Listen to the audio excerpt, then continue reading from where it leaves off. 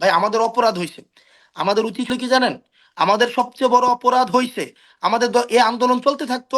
এই যে আমরা দেখছি না গত মানে দেড় যুগেরও বেশি সময় বিভিন্ন আন্দোলন হয়েছে না, এই আন্দোলনের ধারাবাহিকতা চলা চলা উচিত ছিল। এবং যারা অসহযোগিতা করছে, যারা অসহযোগিতা বর্তমানে করছে, তাদেরকে এই হিস্ট্রি মনে রাখবে। তারা হচ্ছে সবচেয়ে বড়, তারা হচ্ছে আমাদের সাথে বিট্রে করেছে। আমরা চুপ্পুকে সরাইতে চাইছি রাজনৈতিক অসহযোগিতা, ৭২-এর সংবিধান নিয়ে আমরা কথা বলেছি, সেখানে রাজনৈতিক অসহযোগিতা। আমরা সেখানে হচ্ছে প্রক্লেমেশন নিয়ে কথা বলেছি, অসহযোগিতা। আমরা রিফরমেশন নিয়ে কথা বলছি, সেখানে অসহযোগিতা। দেখেন, এই বলেন তো এই সরকারের সবচেয়ে বেশি, সবচেয়ে প্রথম সুবিধাভোগী কারা? এই অন্তর্বর্তীকালীন সরকারের প্রথম এবং প্রধান সুবিধাভোগী সুবিধাভোগী তো সবাই ভাবে যে সমন্বয়করা। নো। সাধারণ মানুষের কথা যদি বলি, এটা এখন এটা ব্যর্থতা যে ন্যারেটিভ, এটা পারসেপশন। এই সরকারের প্রথম এবং প্রধান সুবিধাভোগী হচ্ছে আমরা। আমরা সেটা প্রথম তো আমরা অফিসিয়ালি ঠিক নিজেকে আছে, সে আমলাদেরকে সুবিধা কারা দিয়েছে? হাসনাত আব্দুল্লাহ, ওরা বি বি ক- ট্রান্সপারেন্ট, বি ট্রান্সপারেন্ট। সাধারণ মানুষের পারসেপশন থেকে আমি বলছি, আপনারা সরকার চালাচ্ছেন, বিএনপি আপনাদেরকে দায় দিচ্ছে, জামাতে ইসলামী বলছে আপনারা সরকার চালাচ্ছেন, আপনারা এটা করতে পারছেন না, ওটা করতে পারছেন না। What is the problem? What is the problem? প্রবলেমটা হলো যে আপনারা সঠিকভাবে এই যে কথাগুলি বললেন, এগুলি তো অফিসিয়াল বিষয়। আমি তো আর কোনো আমলাকে বের করে দিতে পারবো না, মেজর রেজা কিন্তু বের করে দিতে পারে। একটা সরকারের সেই সক্ষমতা আছে, সে সরকার কি সক্ষমতা নিয়ে কাজ করতে পারছে কিনা? B bold, please. নো, না। চাই সরকার তো সক্ষম। সরকার যদি সক্ষমতা নিয়ে কাজ করতে পারতো, সরকার যদি রেভলিউশনারি স্পিরিট ধারণ করতে পারতো, তাইলে এই যে আওয়ামী লীগ এখন আর এই আস্ফালন সরকার, করতে তার পারতো। মানে এই সরকারকে আপনারা সমর্থন করছেন না, আপনাদের পছন্দের না, এই কাজকর্ম যা করছে সরকার আপনারা দেখেন পছন্দ করছেন না, আমরা সমন্বয় হিসেবে আপনি দেখেন পছন্দ দেখেন করছেন না। তাহলে তাহলে কাদের দেখেন সমর্থনে এই সরকার রান করছে? কে রান দেখেন করছে? তারা দেখেন কিভাবে এই রান করছে? সরকারের, দেখেন এই সরকারের সদিচ্ছা, এই সরকারের আপনি প্রত্যেকটা ইনিশিয়েটিভে দেখেন আপনার রাজনৈতিক অসহযোগিতা ছিল। এই সরকারের প্রত্যেকটা ইনিশিয়েটিভে আপনার রাজনৈতিক অসহযোগিতা। আমরা যখনই বলেছি, আমরা একটা জিনিস খেয়াল করেন, খুব স্পষ্টভাবে খেয়াল করেন, আমরা চুপ্পুকে সরাইতে চাইছি রাজনৈতিক অসহযোগিতা। ৭২-এর সংবিধান নিয়ে আমরা কথা বলেছি, সেখানে রাজনৈতিক অসহযোগিতা। আমরা সেখানে হচ্ছে প্রক্লেমেশন নিয়ে কথা বলেছি, অসহযোগিতা। আমরা রিফরমেশন নিয়ে কথা বলছি, সেখানে অসহযোগিতা। আপনি সব আমার জায়গায় কথা যখন বলেন, একটা একটু একটু গভর্নমেন্ট হাসিনা থাকলে একটু একটু। গভর্নমেন্ট তার মানে চালু। বিএনপি বাধা দিয়েছে, আপনারা করতে পারেন, সরকার করতে পারেনি। তার মানে বিএনপি তো শক্তিশালী, সরকার তাহলে আছে কেন? সরকার সরে যাক। আপনার আপনি আপনি দেখেন, আপনি দেখেন এখানের প্রত্যেকটা জায়গায় যখন রাজনৈতিক অসহযোগিতা তৈরি হচ্ছে, একটা আপনার এই যে সিভিল সোসাইটিতে এক ধরনের আওয়ামী সিম্পেথি ক্যাম্পেইন চালু হয়েছে, মিডিয়াতে আওয়ামী সিম্পেথি ক্যাম্পেইন চালু হয়েছে, এবং ইন্টেনশনালি ভাই আমাদের অপরাধ হয়েছে। আমাদের উচিত ছিল কি জানেন, আমাদের সবচেয়ে বড় অপরাধ হয়েছে আমাদের এই আন্দোলন চলতে থাকতো। এই যে আমরা দেখছি না গত মানে দেড় যুগেরও বেশি সময় বিভিন্ন আন্দোলন হয়েছে না, এই আন্দোলনের ধারাবাহিকতা চলা চলা উচিত ছিল। এবং যারা অসহযোগিতা করছে, যারা অসহযোগিতা বর্তমানে করছে, তাদেরকে এই হিস্ট্রি মনে রাখবে। তারা হচ্ছে সবচেয়ে বড়, তারা হচ্ছে আমাদের সাথে বিট্রে করেছে, তারা বিট্রে করেই যাচ্ছে। এবং আজকে আমাদেরকে এটা স্বীকার করতে হবে, এটা আমরা একটা জেনারেশনাল কনফ্লিক্টের মধ্যে আছি। একটা জেনারেশনাল কনফ্লিক্টের মধ্যে আমরা দেখছি যারা প্রবীণ রাজনীতিবিদ, যারা অভিজ্ঞতা সম্পন্ন রাজনীতিবিদ, যারা দীর্ঘ সময় অত্যাচার নির্যাতনের মধ্যে দিয়ে গিয়েছে, অত্যন্ত দুঃখজনক বিষয়, তারা এই নির্যাতন গুলো মনে রাখে নাই, বরং তারা ইলেকটোরাল বেনিফিটের দিকে এখন যাচ্ছে। ইলেকটোরাল বেনিফিট, অর্থাৎ আমি যদি আপনারা কাকে ব্যর্থ হলে, সরকার ব্যর্থ হলে ইলেকট্রনিক বেনিফিট তো যাবে, স্বাভাবিক। এই সরকার না, সফলতাটা কোথায়? দেখেন আপনি অর্থনীতিতে না ভাই, ব্যবসার প্রত্যেকটা জায়গাতে কিন্তু এখন কথা হলো আপনাদের উপরে দায়টা আসছে, সে জায়গাতে এই যে আপনিও পাল্টা প্রশ্নগুলি করলেন, এখন প্রশ্ন হলো এই সরকার আসলে কাদের কাছে জবাবদিহি করে? এই সরকার কারা রান করছে? কাদের দ্বারা সরকার পরিচালিত হচ্ছে? এই এই সরকারে সরকার তো আছে। এই সরকারে সবার আপনারা প্রতিনিধি কতটুকু, রয়েছে। এই সরকারকে প্রশ্ন করতে পারছেন? এই দায় কি আপনারা অনুভব করেন কিনা যে কোনো কারণে এই সরকার ব্যর্থ হলে তাহলে আপনারা ব্যর্থ, পুরো আন্দোলন ব্যর্থ, সবকিছু ব্যর্থ হবে, সেখানে দেখেন সরকারকে এটা একটা রিসিপ্রোকাল, এটা একটা রিসিপ্রোকাল ইস্যুস, রিসিপ্রোকাল। দেখেন আমরা এই জায়গায় এখানে একটা জিনিস বলা হয়, এই সরকারকে শুধুমাত্র আমাদের প্রতিনিধি রয়েছে। এই সরকারে বিএনপি থেকে প্রতিনিধি দেওয়া হয়েছে। এই সরকারের গুরুত্বপূর্ণ বিভাগে অন্যান্য অনেক রাজনৈতিক দলের তাদের প্রতিনিধিত্ব রয়েছে। এখানে যে বিপ্লবের বা গণ অভ্যুত্থানের যেই শক্তির প্রতিনিধিত্ব রয়েছে, অর্থাৎ এটা কিন্তু সবার প্রতিনিধিত্বের জায়গা থেকে এই গভর্নমেন্টটি গঠিত হয়েছে। কিন্তু আমরা দেখছি সরকার গঠিত হওয়ার পরে বিভিন্নভাবে একটা অসহযোগিতা।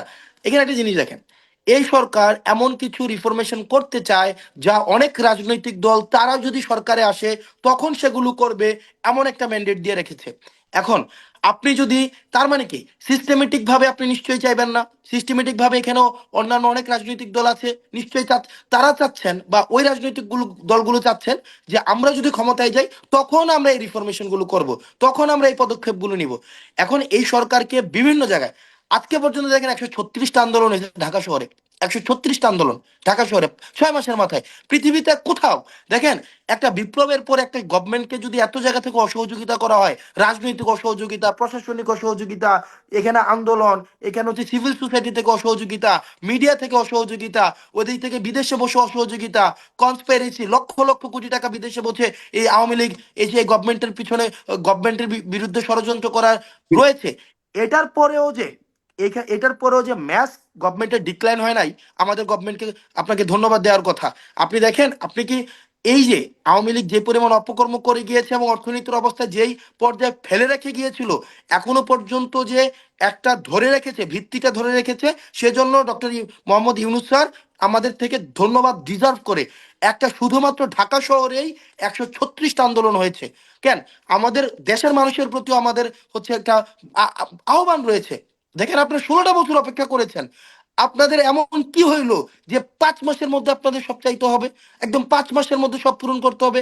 আপনাদের 5 মাসের মধ্যে বেতন সব লাগবে, 5 মাসের মধ্যে প্রমোশন লাগবে, 5 মাসের মধ্যে পোস্টিং লাগবে, 5 মাসের মধ্যে ন্যাশনাল ইউনিভার্সিটি পাবলিক হয়ে যাইতে হবে, সরকারি বেসরকারি চাকরি সরকারি হয়ে যেতে হবে, এমপিওভুক্ত চাকরি জাতীয়করণ হয়ে যেতে হবে। মানে 6 মাসের মধ্যে একটা মৌসুম হয়ে গেছে, এবং সব দায়ভার আমাদের। আমরা মাঝে মাঝে অপরাধ বোধে ভুগি যে আসলে আমরা এই বিপ্লবটা যেহেতু করেছি এটা আমাদের অপরাধ হয়েছে, আমরা হাসিনার সাথে যেহেতু কোনো ধরনের সহযোগিতা করি না এটা আমাদের অপরাধ হয়েছে।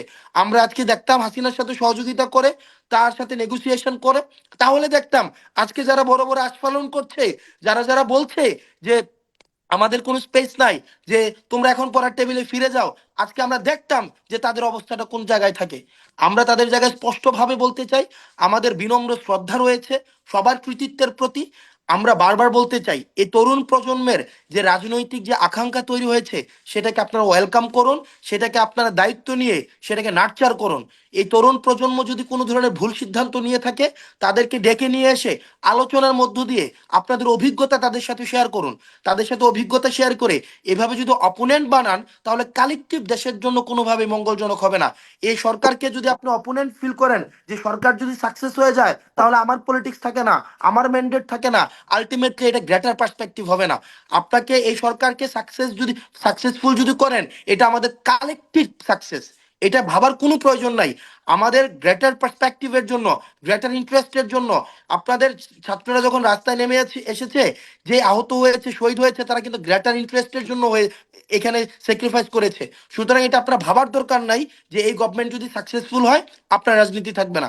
আপনার রাজনীতি প্রত্যেকের, যারা জনমুখী রাজনীতি, গণমুখী রাজনীতি সবসময় থাকবে। আওয়ামী লীগ কত প্রচেষ্টা করেছে না বিএনপিকে ভাঙার জন্য, দীর্ঘ 16টা বছর কত চেষ্টা করেছে। বিএনপিকে কি ভাঙা গিয়েছে? বিএনপি কি মানুষের মন থেকে, বিএনপিকে কি উৎখাত করা গিয়েছে? বিএনপি যেমন দল মানুষের কাছে আরো তার প্রচার ঘটেছে। সুতরাং যতক্ষণ পর্যন্ত জনমুখী থাকবে, ক্ষমতামুখী না হয়ে, ততক্ষণ পর্যন্ত একটা রাজনৈতিক দল প্রাসঙ্গিক থাকবে। সবার প্রতি আহ্বান থাকবে, আপনারা তো অপেক্ষা করেছেন 16 বছর, সুতরাং আর কিছুক্ষণ অপেক্ষা করুন। আমাদের বেসিক জায়গায় ডেমোক্রেটিক ট্রান্সফরমেশনের জন্য যে যে বিষয়গুলো লাগে, যেমন আমরা চাচ্ছি নির্বাচন হোক ভাই। ইউনোকে এবং এসপি নির্বাচনের আগের রাতে কি করে সেটা আমরা জানি না। আপনি নির্বাচন কমিশনে যতই সংস্কার করেন, আমি তো জানি, আমাকে বলা হইতেছে, আমি এলাকায় যাই, আমাকে বলা হইতেছে যে নির্বাচনের আগের রাতে নাকি 10 কোটি টাকা খরচ করতে হয়। অর্থাৎ একটা একটা ওসিকে দিতে হবে 2 কোটি, এসপি কে দিতে হবে 2 কোটি, ইউনিকে দিতে হবে 2 কোটি, পুলিং এজেন্টকে টাকা দিতে হবে। ভাই একটা কাস্টমের মধ্যে দিয়ে আমরা যাইতেছি। সুতরাং এটাকে যদি আপনি সংশোধন না করতে পারেন, শুধু নির্বাচন কমিশনার ভালো ভালো দেখে নিয়োগ দিলাম, ওসি আগের জায়গায় রাখলাম, ইউনুকে আগের জায়গায় রাখলাম, আমার ডিস্ট্রিবিউশন অফ রেসপন্সিবিলিটিকে আমি ডিস্টিংক্ট করলাম না, তাইলে এই সংস্কার লইয়া আমরা কি করিব? আবার তো আগের নির্বাচন, যে নির্বাচন আছে ওই নির্বাচনের মতোই হবে।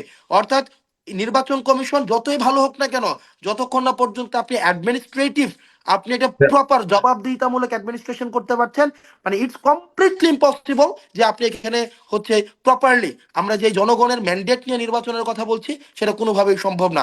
এই যে ব্যর্থতা, এটা দায়ভার আমাদের সবার। আমরা কেউ সহযোগিতা করি নাই, আমরা কেউ সহনশীলতা দেখাই নাই। আমাদের সহনশীল হই নাই। আমাদের 6 মাসে যে পরিমাণ আমরা অসহনশীল আচরণ করেছি, এই 6 মাসে যে পরিমাণ আমাদের এখনই লাগবে, এখনই দিতে হবে, এখনই লাগবে, আমরা প্রত্যেকটা মানুষ কেউ অস্বীকার করতে পারবে না। এটা ব্যুরোক্রেসি করেছে, মিডিয়া করেছে, রাজনৈতিক দল করেছে, সবাই তার জায়গা থেকে অসহনশীলতা দেখিয়েছে।